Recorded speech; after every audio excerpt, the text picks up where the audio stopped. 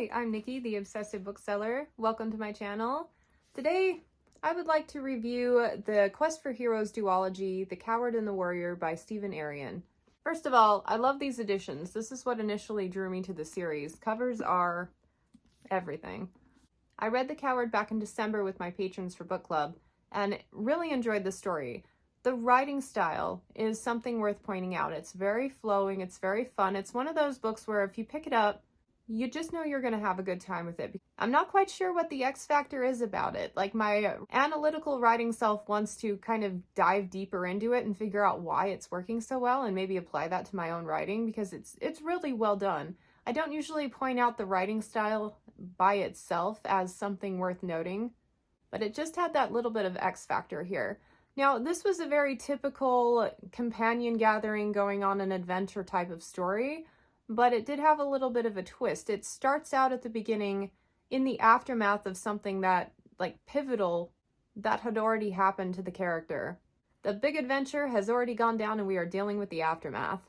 It was a really fun concept.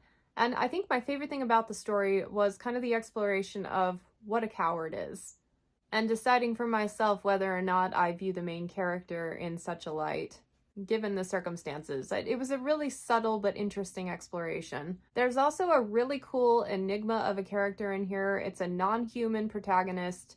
Her name is Willow, and I find her completely fascinating. Her inclusion felt kind of random, but I felt like there was a lot of depth there, and I couldn't wait to explore more, which is one of the main reasons I wanted to read the second book. The act of reading this one was such an enjoyment that I thought surely it's going to end with a bang. And it did have a decent ending, a good culmination of events, but for me it didn't go anywhere meaningful. It was just a fun, basic read, and it didn't leave me with a lot of substance. It just left me feeling like I'd read a fun adventure story. I think the final rating on it was like a 3.5 out of 5 stars. 3 stars baseline for being a fun read, and then that extra half star for the writing style. But still, 3.5 out of 5 is not bad. Finished that one, and then my patrons and I decided to continue on with The Warrior in February. So excited for this book. This is the book where we get to find out more about Willow and her culture, more things about her. Let's get more world building. Let's find out more about this really interesting race. Yeah, that's not what the book was about. That's what the book says it was about on the back of the cover. You read the back of the cover and it's got all these promises, but it was very misleading. This was one of the most disappointing books that I've read in a really long time. I ended up DNFing it at the 80% mark. Let's let that sink in. I read 80% of a really quick read and then decided the rest of it wasn't worth my time. It just was not giving me what I was hoping to get out of this story. First of all, we don't get any more depth into Willow.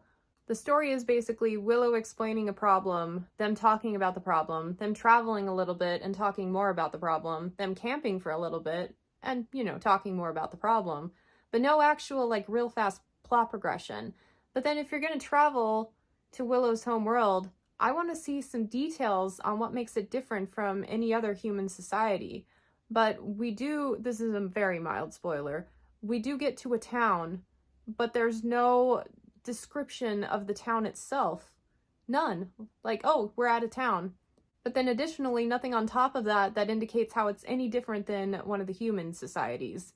We did not get any more depth into Willow's character. She was a little more emotional in this one, but that's about it. So I basically know no more about what I wanted to know more about, having read 80% of the book, than when I started it. And the frustrating thing is there was not a lot of plot progression within the main characters, but a character that's not even listed on the back of the book. His name was Odd. Like, not Strange, but Odd was his actual name. He was a side character in here, and he had a problem, and his plot progression and story was the most interesting of the entire thing. He's the only one that had anything happening to him. And the really bizarre thing, this is like a high fantasy story. His problem was more of the paranormal and supernatural variety, and it did not fit within the context of the story at all. It felt so random and just kind of crammed in there as an afterthought. But it was the only thing going on. So it was really bizarre, and I had a really hard time with the hodgepodge of things, and I did not like this book at all. There was nothing about this one I found redeeming. I'm coming in at a 1 out of 5 star. I made it far enough along to feel confident in giving it that rating. I did not like this one at all. If I were feeling generous, I may bump it to like a 1.5 because the basic writing style was still there. It's just all of the plot decisions and story components really let me down. Wildly different experiences with both books. I'd still highly recommend The Coward, even though The Warrior didn't work for me, as long as you're in the mood for something light and fun. I need to decide what I'm doing with this collection as a whole, because honestly, reading the second book really kind of soured me on the first one a little bit in retrospect. I hate it when that happens, but it is what it is. Let's talk about other books you might like. When compiling this list, I was trying to think of companion gathering type of stories, environmental factors, because I really like the atmosphere that Aryan created. It was kind of cold and moody, and no one does cold and moody better than Shadow of the Gods by John Gwynne. So if you like the harsh conditions of The Coward and the back half where they're in the north, I think you'll really enjoy this series. This one is so robust. The characters are so in-depth. This is like that series on crack. It's really good. And to that end, if you absolutely love The Coward and want something really laterally comparable, the Icewind Dale trilogy, starting with The Crystal Shard by R.A. Salvatore, is a very excellent pick. Great companions, similar type of character profiles, really similar kind of accumulation of events. It's just, really lateral, and I love the atmosphere he created in this one. Now, I prefer this series a little bit more. This one does have a little bit more of a classic feel to it. And also, if you like The Coward and The Warrior, but want more in that world, this will give you all the same feels, and there's like 1 million books, so you're set. When the Heavens Fall by Mark Turner. This was a really cool book. I did a buddy read with it with a friend who loves Malazan, and he was saying how much it reminded him of that series, and I agree. It kind of throws you into the world without a lot of explanation.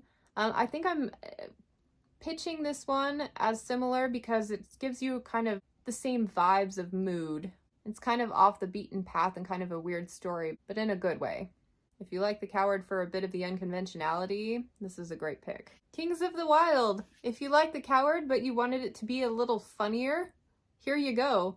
This one for me had some surprising little nuggets of introspection, which is one of the reasons I like The Coward.